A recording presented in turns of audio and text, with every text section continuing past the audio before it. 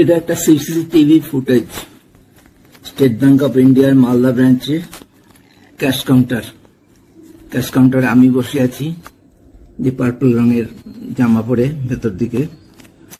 এইটা চোর 15টা 9, 3টা 9 এসে চেয়ারে বসলো।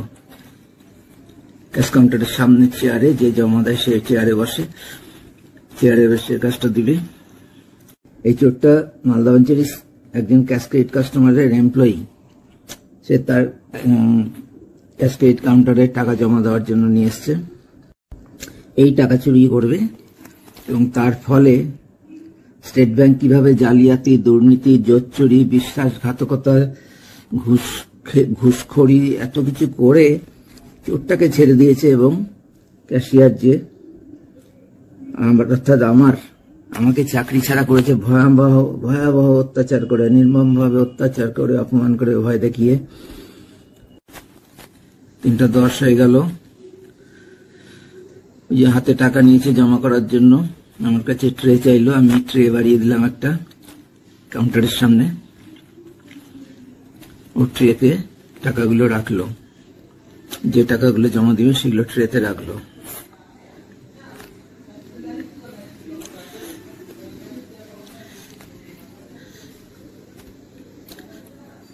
তিনটা 14তে টাকাটা চুরি করে আনলো। ঠিক 3টা 14, এই যে হাত ঢুকালো, টাকাটা চুরি করে আনলো। ওটা লুজ নোট, একটা গার্ডারে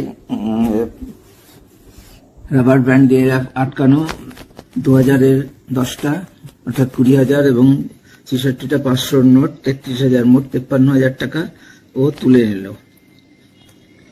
বাকি সব ফুল প্যাকেট আছে। যে টাকাটাগুলো এগুলো রিপ্লে দেখাচ্ছি আমি।